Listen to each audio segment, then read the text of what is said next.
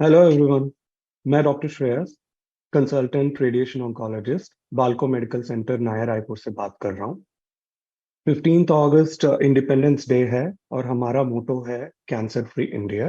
तो इसके बारे में कैंसर अवेयरनेस करने के लिए ये फेसबुक लाइव सेशन हम आज कर रहे हैं।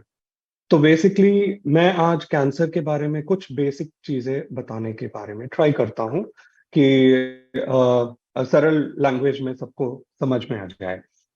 तो डब्ल्यूएचओ के हिसाब से cancer first most leading cause है डेथ के पूरे वर्ल्ड में।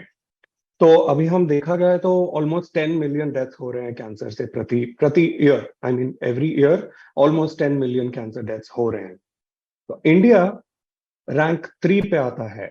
चाइना और यूएस के बाद इंडिया रैंक 3 पे आता है most of the cancer estimated cases के लिए। और GLOBOCAN data, I mean recent data अगर देखा जाए तो ऑलमोस्ट प्रति साल में 14 लाख के आसपास पे कैंसर पेशेंट्स डायग्नोज होते हैं।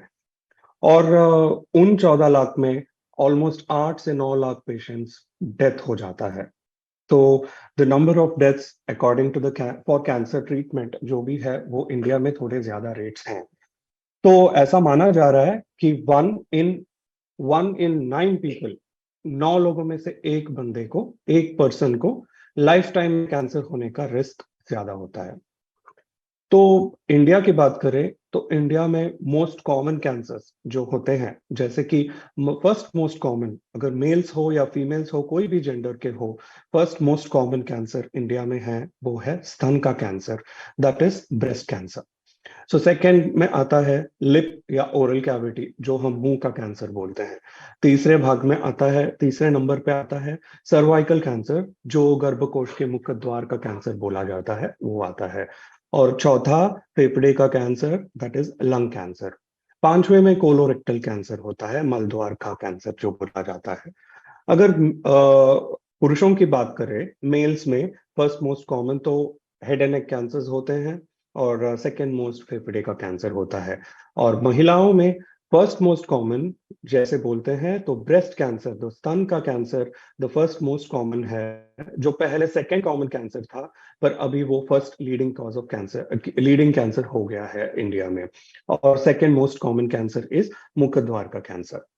सो पहले प्रिडोमिनेंटली ये कोलोरेक्टल कैंसर जो मैं बोल रहा था, वो जो मल द्वार का कैंसर हो या पाचन वेव का कैंसर हो, वो इतना प्रिडोमिनेंटली वेस्टर्न कंट्रीज में देखा जाता था। पर आजकल इंडिया में द इंसिडेंस इज उसका number of cases of colorectal cancer वो ज्यादा होते जा रहे हैं। तो बट पहले माना जाता था कि वो बहुत बुजुर्ग लोगों में या एल्डरली पेशेंट्स में देखा जाता है। पर इंडिया में आजकल हम देख रहे हैं कि 20 से 30 साल के लोगों को भी कोलोरेक्टल कैंसर, उसका इंसिडेंस भी बढ़ रहा है। एंड ये सारे हमारे छत्तीसगढ़ और एमपी के जिले में भी ये सारे इंसिडेंसेस जो इंडिया के हैं वो वैलिड है। तो कैंसर के बारे में जब आगे बात करेंगे तो रिस्क फैक्टर्स माना जाता है, तो सबको कैंसर होता है ऐसा नहीं है। तो रिस्क फैक्टर्स में दो टाइप का होता है। एक है स्पोराडिक जो हम बोलते हैं, वो अपने आप से आता है।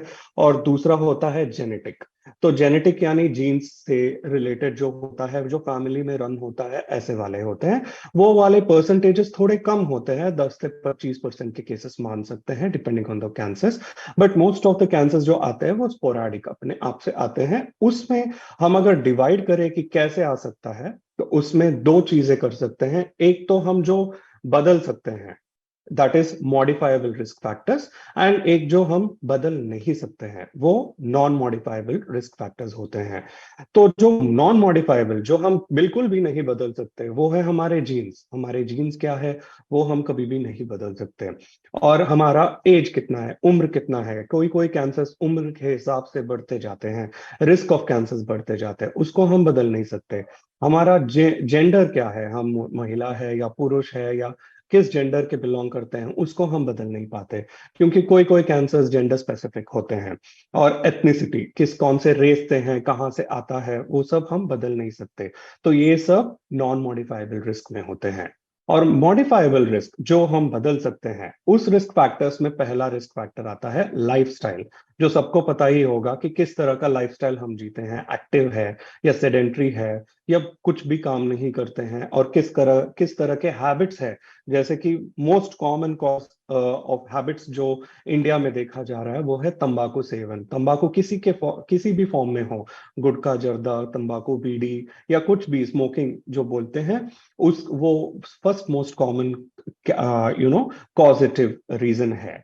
हैबिट्स में अल्कोहल भी आता है, और फिर फिजिकल एक्टिविटी, जैसे कि मैंने बोला है, नो फिजिकल एक्टिविटी वो भी लॉन्गर रन में ओबेसिटी को लीड करता है एंड कैंसर को भी आने का चांसेस ज्यादा होता है।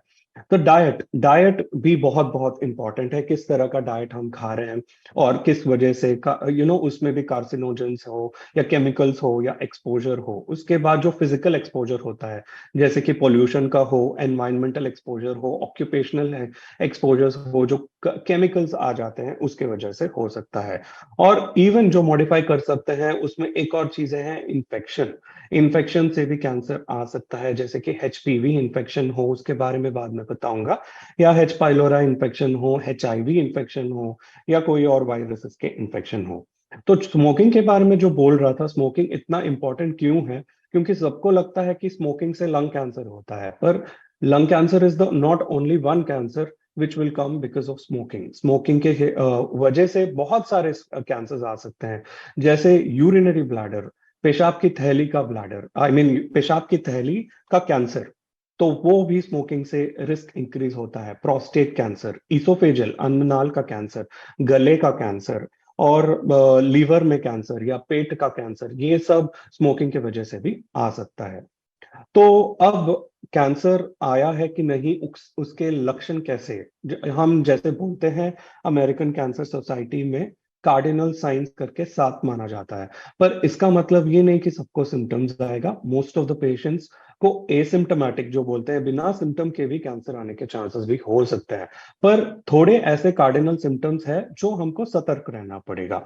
एक तो अगर आपका मोशन और संडास ठीक से नहीं जा रहा है, बावल और bladder habits are not regular, and उसको और उसमें कोई डिफरेंसेस आ रहा है, जैसे ब्लीडिंग आ रहा है या म्यूकस आ रहा है या फिर कुछ भी डिफरेंसेस आ रहे हैं जो नॉर्मल नहीं लग रहा है आपको, वो आपको अलार्मिंग साइंस के जैसे होना चाहिए। दूसरा है, अगर कोई घाव है जो बिल्कुल सूख नहीं रहा है, बढ़ रहा है साइज में, तो तभी वो इंपॉर्टेंट होता है। तीसरा है, कहीं पे भी बॉडी में स्वेलिंग आ रहा हो, तो वो स्वेलिंग घट नहीं रहा है, अपने आप से बढ़ रहा है या वो बदल रहा है, तो तब वो अलार्मिंग साइन होता है। आपको निगलने में तकलीफ हो रही है, पाचन शक्ति में प्रॉब्लम हो रहा है, वो भी एक साइन होता है। अगर एक तिल है या मोल है, वो अपने आप में साइज चेंज कर रहा है, बड़ा हो रहा है, उससे बाल आ रहे हैं या फिर कुछ चेंजेस दिख रहा है, तब वो भी एक साइन है। और कहीं से भी कोई डिस्चार्ज आने लगा हो, कि ब्लीडिंग हो रहा है या डिस्चार्ज आ रहा है, या तो फीमेल्स में जैसे कि प्राइवेट प्लेसेस से वाइट डिस्चार्ज आने के चांसेस होते हैं, या अनयूजुअल ब्लीडिंग होने के चांसेस होते हैं, वो भी होता है। या बहुत क्रॉनिक वे में आपको कफ है, खांसी है, जो वो कम ही नहीं हो रहा है, तब भी इवेलुएट करने की जरूरत होती है। इसके अलावा जनरल सिम्टम्स जैसे होते हैं कि लॉस ऑफ वेट, जो अगर वेट लॉस हो रहा है किसी का, या खाने में तकलीफ हो रही है, लॉस ऑफ एपेटाइट जो हम बोलते हैं, या बहुत टाइम से फीवर हो रहा है, उनको बुखार हो रहा है, वो कम ही नहीं हो रहा है, इन्फेक्शन का ट्रीटमेंट करने के बाद भी कम नहीं हो रहा है, तब इवेलुएट करना होता है। या बार बार इन्फेक्शन हो रहे हैं, मुंह के छाले हो रहे हैं, या फिर कुछ चेंजेस दिख रहे हैं, तो वो देखना पड़ता है। तो ये सब होने के बाद हम डायग्नोसिस करते हैं। जब भी पेशेंट हमारे पास आते हैं, तो पहले हम उनका हिस्ट्री पूछ के उनको एग्जामिन करते हैं।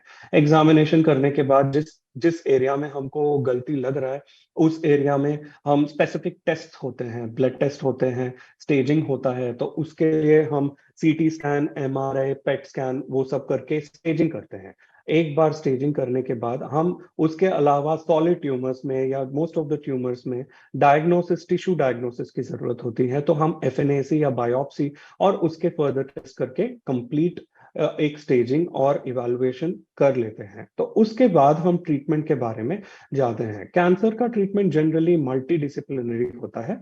मल्टी डिसिप्लिनरी यानी सिर्फ सबको पता है कि कैंसर में कीमोथेरेपी, रेडिएशन, सर्जरी लगता है, पर हर कैंसर में एक ही ट्रीटमेंट हो या सर्जरी ही ट्रीटमेंट हो ऐसा नहीं है। वो एक एक कैंसर में एक एक स्टेज में पेशेंट का जनरल कंडीशन कैसा है उसके हिसाब से हम कंबाइंड वे में सारे डिपार्टमेंट्स एक दूसरे के साथ कंबाइंड वे में कॉम्प्रहेंसिव कैंसर केयर जैसे बोला जाता है वैसा ट्रीटमेंट लेना जरूरी है। तो कैंसर ट्रीटमेंट में radiation oncology, medical oncology, surgical oncology, nuclear medicine, haematology oncology and radiologist, onco radiologist, oncopathologist, ये सारे मिलजुल के काम करते हैं एक पेशेंट के लिए। और उसके साथ साथ we have physiotherapy, nursing staff, psychiatry department, psychologist, social workers और बहुत सारे ऐसे डिपार्टमेंट्स हैं जो साथ में काम करते हैं कैंसर के लिए। तो कैंसर के लिए मल्टी डिसिप्लिनरी अप्रोच बहुत बहुत जरूरी है। एंड ऑन्को ट्यूमर बोर्ड में डिस्कस करके उनका फ्यूचर प्लान क्या करना है वो करना बहुत जरूरी है। और ये सब बाल्को मेडिकल सेंटर जो नया रायपुर में है उसमें सब अवेलेबल है। हमारे यहाँ पे रेडिएशन ऑन्कोलॉजी में आधुनिक से मशीन है, 2 लीनियर एक्सेलेटर्स हैं, ट्रू बीम, वेरियन का ट्रू बीम और वेरियन का हाल्सियन। एंड उसके साथ ही साथ अंदर वाले रेडिएशन हाई डोज में देने के लिए हमारे पास ब्रैकीथेरेपी भी है, मेडिकल ऑन्कोलॉजी डिपार्टमेंट भी है और सर्जिकल ऑन्कोलॉजी में हायर एंड सर्जरीज भी करते हैं। और न्यूक्लियर मेडिसिन में पेट स्कैन और स्पेक्ट और थेरेपी सब होता है न्यूक्लियर मेडिसिन का। और यहाँ पे बोन मैरो ट्रांसप्लांट है जो बहुत ही कम होते हैं, बहुत ही कम सेंटर्स हैं इंडिया में जहाँ पे बोन मैरो ट्रांसप्लांट होते हैं, तो यहाँ पे वो भी अवेलेबल है। And we here work as a team. तो हम कोई भी पेशेंट आते हैं तो उसका फर्स्ट से लेके लास्ट तक complete care as a team हम डिसाइड करके कि क्या प्लान है, क्या कॉम्प्लिकेशन है, कैसा वो रिएक्ट कर रहे हैं, किस तरह से उनका ट्रीटमेंट का रिस्पॉन्स आ रहा है, वो सब एक फ्रेमवर्क होता है। तो इंटरडिसिप्लिनरी एक्शंस लिया जाता है और हम एक दूसरे से बात करके एक डिसाइड करके पेशेंट का क्योर करने की कोशिश करते हैं। सो आई थिंक मैं बहुत ब्रीफ कैंसर के बारे में बहुत लंबे हैं, I will not be able to discuss उसको कंप्लीटली। तो अगर अभी हम क्वेश्चन एंड आंसर्स के लिए ओपन हैं, अगर आपके मन में कोई सवाल, क्वेश्चंस हो या कुछ भी क्वेश्चंस हो कैंसर कैंसर के बारे में, मैं और हमारे टीम ट्राई करेंगे आपको के आंसर्स को पहुंचाने के लिए। तो questions are open in the chat box, तो मैं चैट बॉक्स देख के वन बाय वन उनका आंसर देने की कोशिश करूंगा। ओके, तो पहला क्वेश्चन है, can a healthy lifestyle actually lower the risk of developing cancer? ये एक्चुअली एक डाइसी सवाल है। जो मैंने बोला है कि हेल्दी लाइफस्टाइल अगर है तो अच्छा है, वो तो सबको पता है। हेल्दी लाइफस्टाइल में बहुत सारे चीज आते हैं कि एक तो है फूड, जिस तरह का फूड हम प्रिजर्वेटिव्स यूज करने वाला यूज कर रहे हैं या फ्रेश लीफी वेजिटेबल्स अवेलेबल होते हैं, फिर भी हम एक हफ्ता 2 हफ्ते के लिए वेजिटेबल्स को फ्रिज में रख के उसको यूज करते हैं। तो प्रिजर्वेटिव्स यूज किए हुए फास्ट फूड थिंग्स और ऑल लॉन्गर रन में जब यूज करते हैं वो कोई चेंजेस कर सकते हैं। एंड दूसरा लाइफस्टाइल में जो आता है एक्सरसाइज, जो मोस्ट ऑफ द पीपल आजकल सेडेंट्री लाइफस्टाइल में आते हैं तो एक्सरसाइज बहुत ही कम करते हैं, तो उसके वजह से ओबेसिटी का चांसेस होता है और उसके रिलेटेड भी बहुत सारे डिजीजेस आने के चांसेस है। कैंसर ही नहीं, दूसरे डिजीजेस भी आ सकते हैं। और तीसरा तो स्ट्रेसफुल लाइफ है, सब लोग अपने लाइफ में बहुत स्ट्रेसफुल है, तो स्ट्रेसफुल एनवायरनमेंट में there are many multiple chances. And sleep inadequate है, उस पे भी स्टडीज चल रहे हैं कि स्लीप इनएडिक्वेट के वजह से कुछ चेंजेस आ सकते हैं कि नहीं। और उससे ज्यादा लाइफस्टाइल में तो हैबिट्स, स्मोकिंग हो या बीड़ी हो या तंबाकू हो या अल्कोहल हो, जो भी सेवन कर रहे हैं, नशा कर रहे हैं, उसके साथ उसके लिए तो ऑब्वियसली इट इज प्रूवन कि कैंसर हो सकता है। पर सिर्फ हेल्दी लाइफस्टाइल करने के वजह से आपको कैंसर नहीं आएगा, आई डोंट थिंक ये पॉसिबल है। जैसे कि बोला जाता है कैंसर आने के लिए 3 चीजें जरूरत है, और वो 3 L करके बोला जाता है, 3 Ls which are very very which can predict that you will predict नहीं, विच आर नेसेसरी। एक तो है लाइफस्टाइल, तो L फर्स्ट वाला लाइफस्टाइल, तो अच्छा लाइफस्टाइल, हेल्दी लाइफस्टाइल कीजिए तो वो हेल्प हो जाएगा। और दूसरा है लेगेसी, वो लेगेसी यानी जीन्स, आप तो वो जीन्स को चेंज नहीं कर पाएंगे, तो वो हमारे हाथ में नहीं है। और तीसरा एल जो सबसे इंपॉर्टेंट है, जो सब लोग पूछते हैं हमसे कि सब कुछ हम ठीक कर रहे हैं, हम हैबिट्स नहीं हो रहा है, हम तंबाकू नहीं सेवन करते, हम अच्छा खाना खाते हैं, पर सब ठीक। तो थर्ड एल जिसके वजह से कैंसर हो सकता है वो है लक। तो उस वो हमारे हाथ में नहीं होता है। तो लाइफस्टाइल अकेला एक चीज नहीं है जो ठीक होगा तो इसके वजह से आपका कैंसर ठीक हो जाएगा, है ना, कैंसर नहीं होगा। ये एक पहला क्वेश्चन है। और दूसरा क्वेश्चन है कि सारे गांठ, सब lump and growth are in the body is cancerous? नहीं। इसके लिए मैं ये बोलना चाहता हूं कि स्वेलिंग्स जो भी होते हैं ना बॉडी में, बहुत डिफरेंट डिफरेंट वेराइटीज में आ सकते हैं। एक तो इन्फेक्शन की वजह से हो सकता है, या तो कोई घाव हो गया उसके वजह से हो सकता है। पर कोई स्वेलिंग अगर परमानेंटली रह जाए, टेम्पररी नहीं परमानेंटली रह जाए, उसमें भी दो टाइप के होते हैं जो हम मेडिकल टर्म्स में बिनाइन एंड मैलिग्नेंट दो टर्म्स यूज करते हैं। बिनाइन ये होता है कि जो गांठ है बॉडी में बहुत सालों से है, वो बढ़ नहीं रहा है, ऐसा ही है, उससे आपको बॉडी में या फंक्शन में कोई दिक्कत नहीं होता है। जैसे कि फैट वाले गांठ जो हम लाइपोमा बोलते हैं, हर जगह में, कमर में या थाइस में या हाथ में होते हैं, तो उसको लाइपोमास बोलते हैं। तो वो सब बिनाइन होते हैं, वो कैंसरस कन्वर्ट नहीं होते जनरली, वो हार्मफुल भी नहीं होते। पर जो लंप बढ़ रहे हैं, उससे ब्लीडिंग आ रहा है, स्वेलिंग आ रहा है, या फिर उसका वो जो स्वेलिंग है वो पूरा चेंज होता जा रहा है, तो ये बढ़ता जा रहा है, उससे आपको तकलीफ हो रहा है या उसके, वो कैंसरस हो सकता है। तो all swellings are not cancerous. तो नेक्स्ट है, how genetics and family history play a role in cancer? Okay, जैसे मैंने बोला है कि जीन्स जो भी है, genetics can lead to cancer, but ये major chunk of cancer patients के नहीं होते हैं। तो जेनेटिक कैंसर हम बोल सकते हैं कि 5 से 20% लोगों में आता है, कैंसर के पेशेंट्स में 5 to 20, यानी अगर 100 कैंसर के पेशेंट हैं उनमें 5 से 20 जीन्स के जेनेटिक डिफेक्ट या जेनेटिक जीन्स में जो भी आते हैं उसके वजह से कैंसर पीड़ित होते हैं। तो ये जनरली जो जीन रिलेटेड होते हैं, जेनेटिक रिलेटेड होते हैं, वो कैंसर्स थोड़े जल्दी आ जाते हैं, यानी अगर नॉर्मल कैंसर कोई 60 इयर्स या 40 इयर्स में आता है, इन लोगों को 20-30 इयर्स में भी आने का चांसेस ज्यादा होता है। तो जैसे हम जेनेटिक कैंसर्स के बारे में बात करते हैं, सबसे most very very most common cancer which comes with a genetic predisposition is breast cancer. तो ब्रेस्ट कैंसर जीन्स में आने का चांसेस होता है। इसका मतलब ये नहीं कि जेनेटिक जीन्स है, कैंसरस जीन्स है तो उनको आएगा ही आएगा, ऐसा नहीं है। पर most of the common cancer which runs in genes is breast cancer. और उसके साथों साथ ब्रेस्ट कैंसर और दूसरे कैंसर्स हो सकते हैं, colorectal cancer, ovarian cancer, pancreas के cancer and melanoma, some gastric cancers, ये सब जीन्स में आ सकते हैं। थोड़े थोड़े सिंड्रोम्स बोलते हैं हम, जैसे ब्रेस्ट के लिए BRCA करके एक जीन होता है, उसमें अगर डिफेक्ट होता है तो उसमें हेरिडिटरी ब्रेस्ट ओवेरियन कैंसर आ सकता है। उन लोगों में ब्रेस्ट कैंसर ही नहीं, हम जैसे बोलते हैं ओवेरियन कैंसर आ सकता है, कोलोन कैंसर आ सकता है, पैंक्रियाटिक कैंसर आ सकता है उन जेनेटिक सिस्टम में। तो ऐसे बहुत सारे सिंड्रोम्स है जो फैमिली में रन कर सकते हैं। तो इसका मतलब ये नहीं कि सारे केसेस जेनेटिक है, but some cases run in ये जीन्स में रन होता है। तो वो बहुत ही कम प्रतिशत है, 5 to 20% है जो देखा जाए तो तीसरा, अभी नेक्स्ट क्वेश्चन जो भी है इसमें पूरा गया है। हाँ, ये बहुत ही सबसे कॉमन क्वेश्चन है जो सब लोग पूछते हैं, does using cell phone increase the risk of brain cancer? तो ये बहुत डाइसी सवाल है। हम अगर डेटा के बारे में बात करें कि वर्ल्ड में क्या चल रहा है, ऐसा कोई प्रूवन डेटा नहीं है कि फोन के वजह से ब्रेन कैंसर होता है या कोई भी कैंसर होता है। क्यों? क्योंकि फोन में ना अभी जो भी आप बात करते हो उसका एक फ्रीक्वेंसी रहता है, तो रेडियो फ्रीक्वेंसी जो हम बोलते हैं।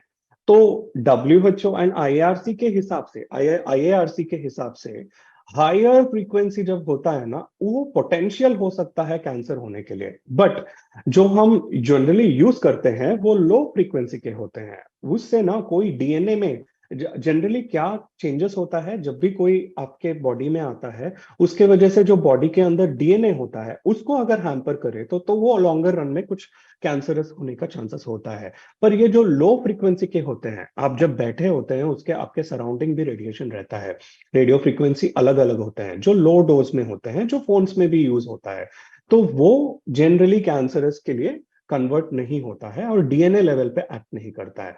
पर यस, अगर वो हाई फ्रीक्वेंसी हो, जैसे अल्ट्रा वायलेट रेडिएशन हो या एक्स रेस हो, गामा रेस हो, जो आप यूज कर रहे हो, थेरेपीज में यूज करते हैं, तो वो सब on longer run DNA damage करता है, तो वो कार्सिनोजन बन सकता है। पर नॉट रियली, बट ऑलवेज अभी अगर फोन की बात करें तो फोन में ना एसएआर करके होता है, जो स्पेसिफिक एब्जॉर्प्शन रेट होता है, तो उसका कट ऑफ दिया जाता है, तो उस कट ऑफ से कम ही होता है, तो जनरली साइड इफेक्ट्स या फिर ऐसे वाले इफेक्ट्स नहीं होता है। पर डब्ल्यूएचओ जो है अभी वर्क कर रहा है कि फोन के हिसाब से, फोन यूसेज के हिसाब से कोई ट्यूमर आ सकता है, या आईसाइट में कोई प्रॉब्लम है, हियरिंग में कोई प्रॉब्लम है, या मेमोरी में कोई प्रॉब्लम आ सकता है, उसके या हेडेक्स, क्रॉनिक हेडेक्स आ सकता है, उसके बारे में तो जांच चल ही रहा है। तो I don't think we can, अभी कोई डेटा है बोलने के लिए कि फोन के वजह से बॉडी ब्रेन कैंसर हो सकता है स्पेशली। तो नेक्स्ट क्वेश्चन है कि वार्निंग साइंस जो प्रॉम्प्ट करना, I mean that should be, that should prompt someone to get screened for cancer. तो स्क्रीनिंग के लिए मैं क्यों बोलना इंपॉर्टेंट है, क्योंकि screening is one modality, early detection करने के लिए स्क्रीनिंग एक मोडालिटी होता है। जैसे मैंने बोला है, cancer can be detected very late, तो स्क्रीनिंग का मतलब ये होता है कि एक टेस्ट जो सब पॉपुलेशन में रन करे, जहां जहां रन करना होता है उसको रन करे, उसमें से पॉजिटिव भी आएंगे, नेगेटिव भी आएंगे, पर जो भी पॉजिटिव आए हैं वो डिटेक्ट हो जाएंगे। जैसे कि 1000 लोग हैं तो उनमें से 15 लोग डिटेक्ट हो गए, तो वो कैंसर के कोई भी स्टेज में डिटेक्ट हो सकते हैं। ये स्क्रीनिंग मोडालिटी ये नहीं है कि कैंसर आने से पहले डिटेक्ट करो, वो भी हो सकता है किसी कैंसर्स में। तो अभी स्क्रीनिंग क्यों करना चाहिए, ऐसे एज ग्रुप में क्या करना चाहिए, इसके लिए मैं थोड़ा डिटेल में जाऊंगा। स्क्रीनिंग के लिए, जैसे कि मैं बोल रहा हूँ, ब्रेस्ट कैंसर मोस्ट कॉमन है, तो उसके लिए स्क्रीनिंग प्रोग्राम्स है। तो जैसे होता है कि 18 साल के बाद every women has to self breast examination, जैसे मिरर के सामने प्रतिदिन जब अपने ब्रेस्ट को, स्तन को देखते हैं, तो उसमें चेंजेस अगर आ गया तो डॉक्टर्स के पास जाना होता है, या तो साल में एक बार एक गायनेकोलॉजिस्ट या ऑन्कोलॉजिस्ट के पास जाके ब्रेस्ट को सेल्फ क्लिनिकल ब्रेस्ट एग्जामिनेशन करवाना होता है। तो 40 साल के बाद, अराउंड 40-45 ईयर्स के बाद, हर एक महिला को बाइलैटरल स्तन का मैमोग्राम करके एक टेस्ट होता है, जो एक्सरे होता है ब्रेस्ट का, उसको साल में एक बार करवाना मैंडेटरी है। तो क्या होता है, उसमें जो भी छोटे छोटे लीजन्स भी होते हैं वो पिकअप हो जाते हैं। तो 40-45 ईयर्स के बाद डेफिनेटली साल में एक बार मैमोग्राम करना अनिवार्य है, and it has to be done. तो इसी वजह से हम ब्रेस्ट कैंसर्स को अर्ली स्टेज में पकड़ सकते हैं। कोई भी ईयर में अगर उनका कुछ भी दिखा तो स्टेज 1 या स्टेज 0 में भी पकड़ सकते हैं। तो दैट इज देयर। बट अगर किसी के फैमिली हिस्ट्री है ब्रेस्ट कैंसर के और जेनेटिक फैक्टर्स आ रहे हैं, तो एमआरआई बोला जाता है उनको करने के लिए साल में एक बार। तो ये स्क्रीनिंग प्रोग्राम होता है ब्रेस्ट कैंसर के लिए। अभी गर्भकोश के मुखद्वार जो बोलते हैं सर्वाइकल कैंसर, ये सेकेंड मोस्ट कॉमन है इंडिया में फीमेल्स में। तो गर्भकोश के मुखद्वार कैंसर के लिए उसका मोस्ट कॉमन, आई मीन क्यों वो आता है, उसके लिए एक वायरस जिम्मेदार है, जिसको बोला जाता है एचपीवी, ह्यूमन पैपिलोमा वायरस। तो ये वायरस अगर जनरली सेक्सुअल रूट से अंदर आता है, तो उसके बाद वो वायरस इंफेक्शन होने के, कैंसर होने के लिए 10 से 15 साल लगते हैं।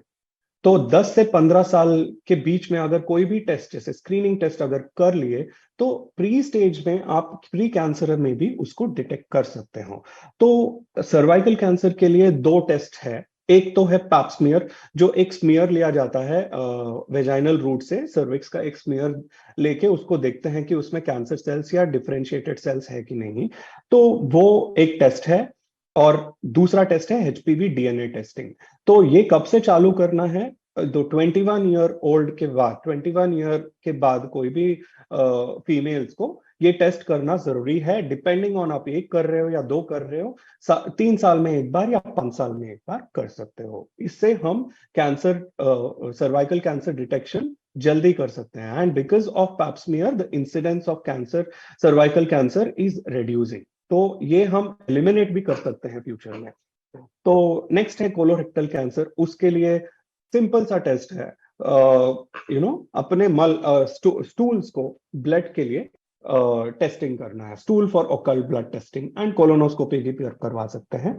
पीएसए, प्रोस्टेट कैंसर के लिए पीएसए करके एक टेस्ट आता है, और उसके साथ ही साथ डिजिटल रेक्टल एग्जामिनेशन की जरूरत होती है। ये सब स्टैंडर्डाइज स्क्रीनिंग प्रोटोकॉल्स है। उसके अलावा हेड एंड नेक के लिए ओरल स्क्रीनिंग, जो इंडिया में ओरल कैविटी का कैंसर बहुत ज्यादा है, ओरल स्क्रीनिंग करना जरूरी होता है। एंड लंग कैंसर के लिए भी लो डोज सीटीज वगैरह करते हैं। तो आई होप मैंने वो क्वेश्चन आंसर किया है स्क्रीनिंग के बारे में। अगला सवाल जो भी है वो है, are there any vaccines available for cancer prevention? अब वैक्सीन्स की अगर हम बात करें तो कैंसर प्रिवेंशन, जैसे मैंने अभी सर्वाइकल कैंसर बोला, जिसके लिए ऑर्गेनिज्म जो कॉज करता है वो है एक वायरस एचपीवी। तो उसके अगेंस्ट में वैक्सीन आर अवेलेबल। तो एचपीवी वैक्सीन में 2 टाइप के हैं, सर्वेरिक्स और गार्डासिल। तो उस वैक्सीन को हम दे सकते हैं 9 ईयर्स टू 26 ईयर्स, 9 साल से 26 साल के बीच में। कभी कभार 45 ईयर्स तक दे सकते हैं। 2 से 3 डोज पड़ता है। ये ऐसे लोगों को देना चाहिए कि बिना सेक्सुअल एक्सपोजर के लोगों को इस एज ग्रुप में देंगे तो उनको कोई नया एचपीवी इंफेक्शन नहीं आएगा। जो एग्जिस्टिंग है उसको तो नहीं निकालेगा, पर जो नए आएंगे तो उससे फाइट करेगा। तो ये अभी वैक्सीनेशन अवेलेबल है। तो उसके अलावा एचबीवी करके एक वायरस है, उसके लिए भी वैक्सीनेशन अवेलेबल है। ये सब थोड़े प्रिवेंशन के लिए हेल्प करता है। तो ये वैक्सीनेशन अभी अवेलेबल है। तो नेक्स्ट क्वेश्चन है, इज कैंसर ऑलवेज डेडली? तो सबको लगता है कि कैंसर आ गया तो मर जाता है, तो ये गलत बात है। तो कैंसर में मरने के बहुत सारे कारण होते हैं। तो इंडिया में अगर देखा जाए तो 40%, 40% क्योरेबल होते हैं, 60% क्योरेबल नहीं होते हैं। उसके बहुत सारे रीजन हैं, मैं बताऊंगा। अगर आप वेस्टर्न वर्ल्ड में देखो तो ऑलमोस्ट 80 to 90% क्योरेबल होते हैं। वो क्यों? क्योंकि बहुत सारी चीजें हैं जो फैक्टर, रिस्क फैक्टर्स या फिर सोशल फैक्टर्स जो बोलते हैं। एक तो है अवेयरनेस। लोगों में अवेयरनेस बहुत कम है कि कैंसर होता है, उसके बारे में क्या है, लक्षण क्या है, कैसे आ सकते हैं, वो नहीं होता है। एंड डिले इन डायग्नोसिस, इसका मतलब है जब डायग्नोसिस होता है कैंसर का, वो ऑलरेडी देर हो चुका होता है। जब हमारे पास 60% ऑफ द पीपल वो एडवांस स्टेजेस में आते हैं, मुंह का कैंसर होता है, छोटे छाले मिस कर देते हैं, वो बड़ा बड़ा बड़ा होके ये स्किन से बाहर आ जाता है, तब हमारे पास आते हैं। तो ऑलरेडी वो स्टेज 4B, स्टेज 4C में या फाइनल स्टेज में आ चुके होते हैं। तो डिले इन डायग्नोसिस, बहुत सारे लोग उसके लिए इग्नोरेंट होते हैं, जैसे कि वो दे डोंट टेक, उसको सीरियसली नहीं लेते हैं। जब भी सिम्टम आता है उसको डिसरिगार्ड कर देते हैं, और जब बड़ा हो जाता है तब आते हैं। तो और एक और ट्रीटमेंट है स्टिग्मा। सबको लगता है कि अगर अगर मुझे कैंसर आ गया तो लोग मुझे ऐसे देखेंगे, मुझे बात नहीं करेंगे, मेरे पास रहने नहीं लेंगे। वो स्टिग्मा, सोशल स्टिग्मा रहता है, तो इसी वजह से वो आते नहीं है बाहर। तो इसके अलावा बहुत सारी चीजें जो ट्रीटमेंट रिलेटेड है, बहुत सारे लोगों को ट्रीटमेंट ऑप्शंस अवेलेबल नहीं होते। जैसे कि छोटे शहर में रहते हैं, जो बहुत दूर रहते हैं, उनको ट्रीटमेंट मैनेजमेंट के लिए अच्छा सा हॉस्पिटल या गाइडेंस देने के लिए कोई नहीं रहता, तो इसीलिए उनको ट्रीटमेंट नहीं मिलता है। या तो फिनांसेस नहीं रहते हैं, इंश्योरेंसेस नहीं होता है, कॉस्ट का इशू होता है, या और एक और है मिसमैनेजमेंट। तो उनको प्रॉपर में फर्स्ट, जब भी कैंसर का इलाज होता है, the first treatment is the best treatment. तो कैंसर का इलाज जब कर रहे हैं तो पहला ट्रीटमेंट जो कर रहे हैं वो अगर सही से स्टेजिंग करके किया जाए तो उसका ट्रीटमेंट बहुत अच्छे से हो सकता है। तो पर जनरली क्या हो जाता है कि दे गेट मिसमैनेज, कहीं जाते हैं, कहीं कुछ हो जाता है, कोई और ट्रीटमेंट लेने की कोशिश करते हैं, तो उनको प्रॉपर गाइडेंस नहीं मिलता है। इसी वजह से वो मेटास्टेस वो कहीं और फैल जाता है, या फिर स्टेज बढ़ जाता है, या ट्रीटमेंट लेते नहीं हैं, और डर के मारे बहुत सारे लोग ट्रीटमेंट के लिए आते नहीं हैं। इसी वजह से ये थोड़े बहुत रीजंस है जो मैं बोल रहा हूँ इंडिया में क्यों एडवांस स्टेजेस में होते हैं और डेथ रेट ज्यादा है। तो इसको हम बढ़ा सकते हैं अगर अवेयरनेस करें, लोगों तक ये बात पहुंचाए कि हम ट्रीटमेंट कर सकते हैं, कैंसर में क्योर भी है। तो एक और चीज मैं ऐड करना चाहता हूँ, there are preventive surgeries also. आपने एंजेलिना जोली के बारे में सुना होगा। तो प्रिवेंटिव सर्जरीज, अगर फैमिली में जेनेटिक हिस्ट्रीज है, फैमिली कंप्लीटेड है, तो आप उन्होंने बायलैटरल ब्रेस्ट को रिमूव किया है, तो ये प्रिवेंटिव सर्जरीज भी है जो इंडिया में अभी इतने ज्यादा है नहीं, पर हाँ, दैट इज ऑल्सो देयर। तो but this is what we want to as Balco medical centre से हम ये बोलना चाहते हैं कि कैंसर को क्योर किया जा सकता है। अगर क्योर रेट हम बढ़ा सकते हैं अवेयरनेस करके, और we need to become cancer free. वो होगा कि नहीं, I can not comment about it, but हम उसको एम तो कर सकते हैं कि इंसिडेंस थोड़ा कम करें। इंसिडेंस से ज्यादा एडवांस स्टेजेस में जो आते हैं उनको थोड़ा अर्ली स्टेज में आने की कोशिश हम ज्यादा, हमारा एम वही होगा। And preventive and screening measures से ये हो सकता है। एंड अवेयरनेस हुआ तो पीपल को, सब लोगों को ये पता चल जाएगा कि अर्ली लक्षण आने के टाइम पे ही आपको डॉक्टर के पास जाना है। अगर आपको सीरियसली कोई डाउट्स है तो आप, मोस्ट ऑफ द पीपल अभी गूगल में पढ़ते हैं, हाँ पढ़िए जरूर, पर आके हमसे सवाल पूछिए, हमसे पूछिए कि आपको क्या लगता है कि कैंसर है, क्योंकि हम आपको गाइड कर सकते हैं कि आगे क्या करना है, क्या नहीं करना है। तो आप अपने हिसाब से अगर सोच के चले कि कैंसर इज डेडली तो ट्रीटमेंट नहीं लेना है, ये गलत है। ऑप्शन तो हर किसी लोगों को देना होता है। तो अगर ओके, तो एक और सवाल है कि ब्रेस्ट कैंसर मेल्स में देखा जाता है कि नहीं। हाँ जरूर, इट्स नॉट दैट कि मेल्स में ब्रेस्ट नहीं होता, पर टिश्यूज जरूर होते हैं, तो वहां पे ब्रेस्ट कैंसर देखा जाता है। हाँ, ये थोड़े कम नंबर में देखा जाता है, पर male breast cancer is very much seen, and उसका ट्रीटमेंट सेम होता है जैसे फीमेल ब्रेस्ट कैंसर में होता है। या सर्जरी हो, कीमोथेरेपी हो, या रेडिएशन हो, या हार्मोनल थेरेपी हो, ये सब सेम ट्रीटमेंट होता है दोनों में। तो उसका ईटियोलॉजी देखना पड़ता है कि किस तरह का है, पैथोलॉजी क्या है, स्टेजिंग क्या है, उसके हिसाब से जैसे फीमेल्स में होता है वैसे ही मेल्स का ट्रीटमेंट भी होता है, पर मेल्स में it is there. I hope it was little bit informative और आपको अच्छा लगा। तो I am very thankful for Balco medical centre to giving me this platform कि फेसबुक लाइव आके लोगों से बातचीत करूं, एंड बहुत सारे अच्छे सवाल भी आए। And thank you so much, and take care.